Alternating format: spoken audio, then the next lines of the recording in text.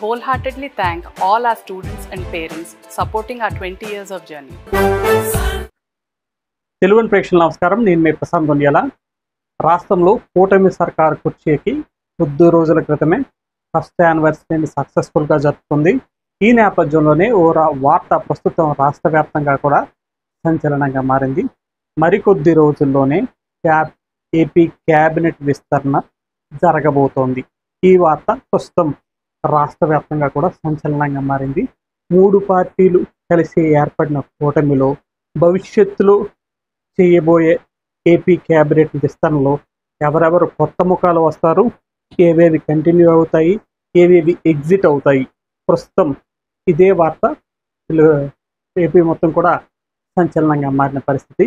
ఈ నేపథ్యంలోనే శ్రీకాకుళం జిల్లాకు చెందిన కొంతమంది కీలక నేతలకు, సీనియర్ నేతలకు, సిన్సియర్ నేతలకు భవిష్యత్తులో జరగబోయే క్యాబినెట్ విస్తరణలో తప్పనిసరిగా చోటు ఉంటుంది అని వస్తున్న వార్తలు కూడా ఏదైతే దీనిపై ఎక్స్పెక్టేషన్స్ ఎక్కువగా పెంచుతున్న పరిస్థితి. ఈ నేపథ్యంలో అసలు శ్రీకాకుళం నుంచి భవిష్యత్తులో జరగబోయే ఏపీ క్యాబినెట్ విస్తరణలో ఎవరెవరు చోటు సంపాదించే అవకాశం ఉందో ఒకసారి చర్చించుకునే ప్రయత్నం చేద్దాం. భవిష్యత్తులో జరగబోయే ఏపీ క్యాబినెట్ విస్తరణలో శ్రీకాకుళం జిల్లా నుంచి చోటు సంపాదించబోయే కొత్త ముఖంగా చెప్పుకోవచ్చు. ప్రధానంగా వినిపిస్తున్న పేరు Ichchapuram TDP MLA doctor Bendalam Ashok. ప్రస్తుతం ఈయన పేరు భవిష్యత్తులో జరగబోయే ఏపీ క్యాబినెట్లో తప్పనిసరిగా ఉంటుంది అన్న వార్తలు ప్రస్తుతం పెద్ద ఎత్తున వినిపిస్తున్న పరిస్థితి. అసలు బెందాలం అశోక్కు మంత్రి పదవి ఎందుకు వస్తుంది, రావడానికి ప్లస్లేంటి, మైనస్లేంటి, ఈ 2 విషయాలను కూడా చర్చించుకునే ప్రయత్నం చేద్దాం. శ్రీకాకుళం జిల్లాకి శివారు, దాదాపు ఆంధ్ర రాష్ట్రానికి శివారుగా ఉన్న ప్రాంతం ఇచ్చాపురం నియోజకవర్గం. ఆంధ్ర వరుస సరిహద్దు ప్రాంతంలో ఉంది ఇచ్చాపురం నియోజకవర్గం. టీడీపీ కంచుకోటగా ఉండే ఈ ప్రాంతంలో 15 ఏళ్ల క్రితం అప్పట్లో వేరే వేరే పార్టీలు కూడా గెలిచిన పరిస్థితి, కాంగ్రెస్ కూడా ఒక దఫా గెలిచిన పరిస్థితి. అలాంటి కంచుకోట ప్రాంతాల్లో ఎన్ని రకాల ఇబ్బందులు ఎదురవుతున్నా వైసీపీ వేవులో సైతం వరుసగా గెలుచుకుంటూ వచ్చారు బెందాలం అశోక్. ప్రస్తుతం ఆయన హ్యాట్రిక్ ఎమ్మెల్యేగా ఇచ్చాపురంలో ఉన్నారు. 2014, 2019, 2024 ఏ ఏడాదికి ఆ ఏడాది అధిష్టానం తనపైన పెట్టుకున్న నమ్మకాన్ని నిలబెడుతూ కేడర్ను సమర్థవంతంగా నడిపిస్తూ హ్యాట్రిక్ ఎమ్మెల్యేగా పేరు సంపాదించుకున్నారు బెందాలం అశోక్. ఇక్కడ కేడర్, విస్తృతమైన కేడర్ ఆయనకు ఉండడానికి తోడు కేడర్తో పటిష్టమైన సంబంధాలు ఈ రోజుకి కొనసాగిస్తూ ఉండడం, పదవి ఉన్నా లేకపోయినా, పని ఉన్నా లేకపోయినా నిత్యం ప్రజల్లో ఉండడం, ఇవన్నీ అశోక్ అడ్వాంటేజ్లుగా చెప్పుకోవచ్చు. ఈ నేపథ్యంలోనే అక్కడ కేడర్, బలమైన కేడర్ తోడు ఈయన కూడా తనదైన శైలిలో తన పనితనాన్ని కొనసాగిస్తూ ఉండడంతో వరుస పెట్టి గెలుచుకుంటూ వస్తున్న పరిస్థితి. ఈ నేపథ్యంలోనే కూటమి సర్కారు 2024లో కొలువి తీరింది మొదలు క్యాబినెట్లో బెందాలం అశోక్ పేరు తప్పనిసరిగా ఉంటుంది అని చెప్పి రాష్ట్ర వ్యాప్తంగా కూడా అప్పట్లో అనుకున్నారు. అయితే చంద్రబాబు ఏం ఊహించారో, 3 పార్టీల అధినేతలు ఆ టైంకి ఏం ఊహించారు కానీ మొదటి దఫా క్యాబినెట్ కూర్పులో బెందాలం అశోక్ పేరు అప్పట్లో లేదు. ఈ నేపథ్యంలో బెందాలం అశోక్ అభిమానులు అయితేనేమి శ్రీకాకుళం జిల్లాలో బలమైన సామాజిక వర్గానికి చెందిన నేతగా ఉన్నారు. ఈ నేపథ్యంలో కాళింగ సామాజిక వర్గానికి చెందిన పెద్దలైతేనేమి బెందాలం అశోక్ పేరు ఎందుకు లేదని చెప్పి పెద్ద ఎత్తున బాధపడిన పరిస్థితి. యువకుడు, అదేవిధంగా వైద్యుడు, విద్యావేత్తగా ఉన్నాడు, నిత్యం పొలిటీషియన్గా కూడా మంచి పేరు సంపాదించుకున్నాడు. అలాంటి వ్యక్తికి ఈ దఫా హ్యాట్రిక్ కూడా గెలిచే నేపథ్యంలో తప్పనిసరిగా పేరు ఉంటుందని అందరూ భావించారు. అయితే ఈ నేపథ్యంలో మొదటి దఫా కూర్పులో కొన్ని రకాల కారణాలు చంద్రబాబు ఉండొచ్చు. మొత్తానికి బెందాలం అశోక్ పేరు మొదటి దఫా కూర్పులో ఉండలేదు. చాలామంది నిరుత్సాహపడ్డారు. ఈ నేపథ్యంలో ఎటువంటి రాష్ట్ర స్థాయి క్యాబినెట్ పొజిషన్ లాంటి పదవులు ఏ వచ్చినా కూడా బెందాలం అశోక్ పేరు ఉంటుంది అని చెప్పి పెద్ద ఎత్తున వార్తలు వచ్చిన పరిస్థితి. కొద్ది రోజుల క్రితం, ఒక 2-3 నెలల క్రితం ప్రభుత్వ విప్ని కూడా అప్పట్లో గవర్నమెంట్ ఏర్పాటు చేసిన పరిస్థితి. ఈ నేపథ్యంలో ప్రభుత్వ చీఫ్ విప్ పదవి కూడా తప్పనిసరిగా అశోక్కే వస్తుందని చెప్పి రాష్ట్ర వ్యాప్తంగా ఉన్న మీడియా అంతా కూడా కూసిన పరిస్థితి. ఆల్మోస్ట్ స్టేట్లోనే సీనియారిటీ జాబితాలో బెందాలం అశోక్ పేరు ఉందని కూడా అప్పుడు ఎక్కువ మీడియా హడావిడి చేసిన పరిస్థితి. ఈ నేపథ్యంలో చీఫ్ విప్ పదవి కూడా అశోక్ వస్తుందన్న వార్తల నేపథ్యంలో అప్పుడు కూడా కూటమి టీడీపీ అధిష్టానం అశోక్కి కొద్ది మేర మొండి చెయ్యి చూపించనైతే చెప్పుకోవచ్చు. చీఫ్ విప్ పదవి కాకుండా సాధారణ విప్ పదవిని అశోక్ కేటాయిస్తూ అప్పట్లో ఉత్తర్వులు జారీ చేసిన పరిస్థితి. అసలు ఎందుక మాకు ఈ పదవి ఇచ్చి పరువు తీశారని చెప్పి కూడా ఇచ్చాపురంలో టీడీపీ శ్రేణులు అయితేనేమి, జిల్లాలో బలమైన సామాజిక వర్గం చెందిన కాళింగ నేతలు అయితేనేమి, వీరందరూ కూడా అప్పట్లో బాధపడిన పరిస్థితి. అశోక్ మాత్రం దేనికి బాధపడకుండా తన ఏదైతే వర్క్ స్టైల్ ఉందో ఆ వర్క్ స్టైల్ని కంటిన్యూ చేస్తూ వెళ్తున్న పరిస్థితి. ఈ నేపథ్యంలోనే మరో దఫా ప్రస్తుతం వార్తలు వస్తున్నాయి, మరి కొద్ది రోజుల్లోనే ఏపీలో క్యాబినెట్ విస్తరణ ఉంటుంది అన్న వార్తల నేపథ్యంలో మరో దఫా కూడా తెరపైకి మొదటగా వస్తున్న పేరు శ్రీకాకుళం జిల్లా నుంచి కొత్త ముఖంకి అవకాశం ఉంటే ముందుగా వినిపిస్తున్న పేరు డాక్టర్ బెందాలం అశోక్.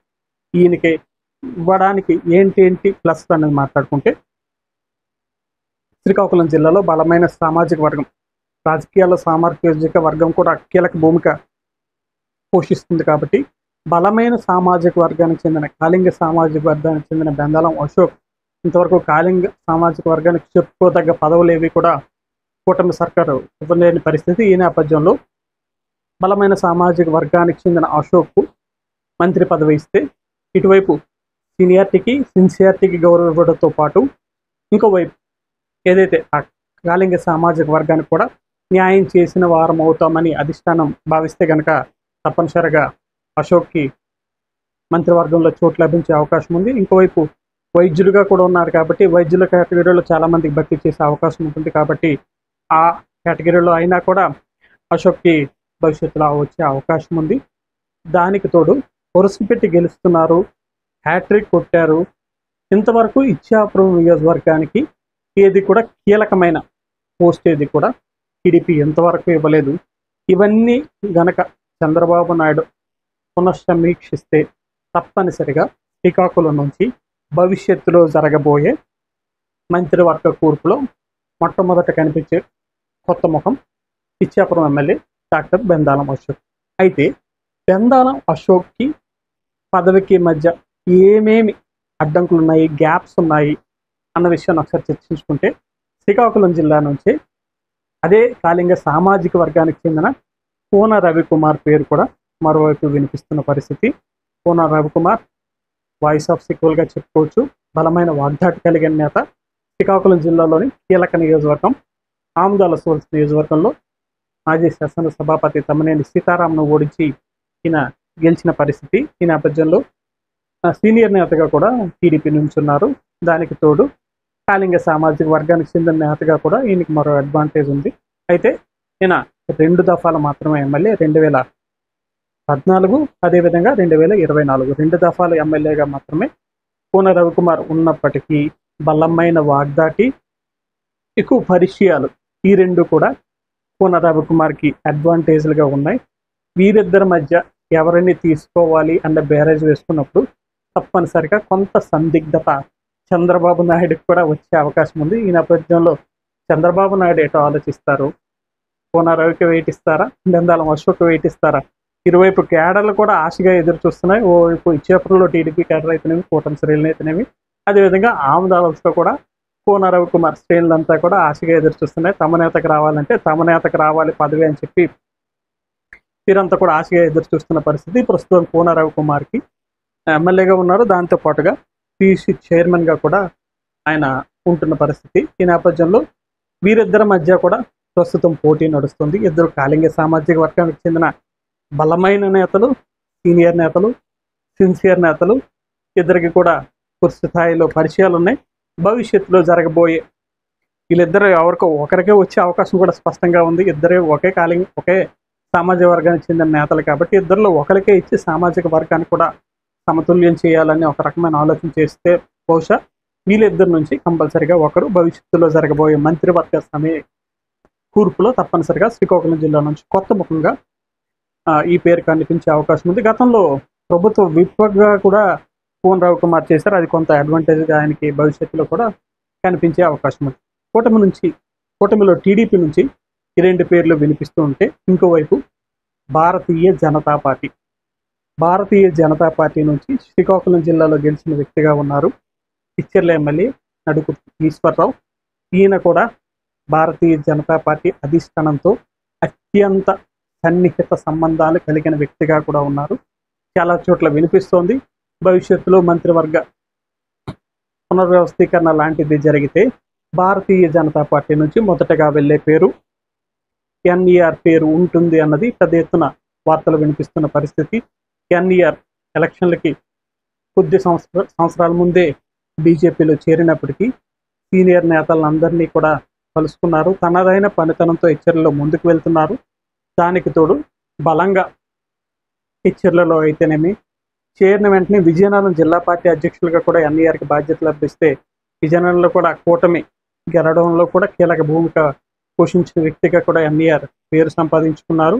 దానికి తోడు మంచి సత్సంబంధాలు ఇటు బీజేపీతోనైతేనేమి అటంలో కూటమిలో మిగిలిన పక్షాలందరితో కూడా ఎన్ఈఆర్కు మంచి సన్నిహిత సంబంధాలు ఉన్నాయి.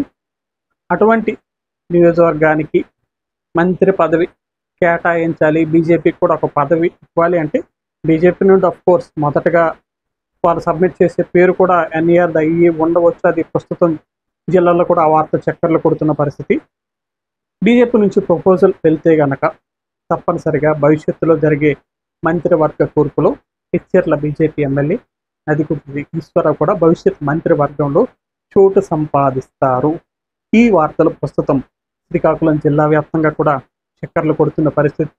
మంత్రివర్గ కూర్పు కూడా మరికొద్ది రోజుల్లోనే ఉండే అవకాశం కూడా లేకపోలేదు. మరికొద్ది సమీప భవిష్యత్తులోనే ఆ వ్యవహారం కూడా నడిచే అవకాశం ఉండడంతో మరికొద్ది రోజుల్లోనే శ్రీకాకుళం జిల్లాకు చెందిన సిన్సియర్ నేతలను మంత్రివర్గంలో తొలిసారిగా వీరు మంత్రివర్గంలో అడుగుపెట్టే అవకాశం ఉన్న నేతలుగా ప్రస్తుతం హల్చల్ చేస్తున్నారు. భవిష్యత్తులో ఎలాంటి నిర్ణయాలు కూటమి పెద్దలు అయితేనేమి, ముఖ్యమంత్రి చంద్రబాబు నాయుడు అయితేనేమి, వీరందరూ ఎలాంటి నిర్ణయాలు తీసుకుంటారో, ఈ నిర్ణయాలతో క్యాడర్ ఎలా రియాక్ట్ అవుతుంది, ఇవన్నీ కూడా ప్రస్తుతం సస్పెన్స్ కలిగిస్తున్న పరిస్థితి ఉంది. శ్రీకాకుళం నుంచి కెమెరా పర్సన్ నాగుతో ప్రశాంత్, తెలుగు న్యూస్.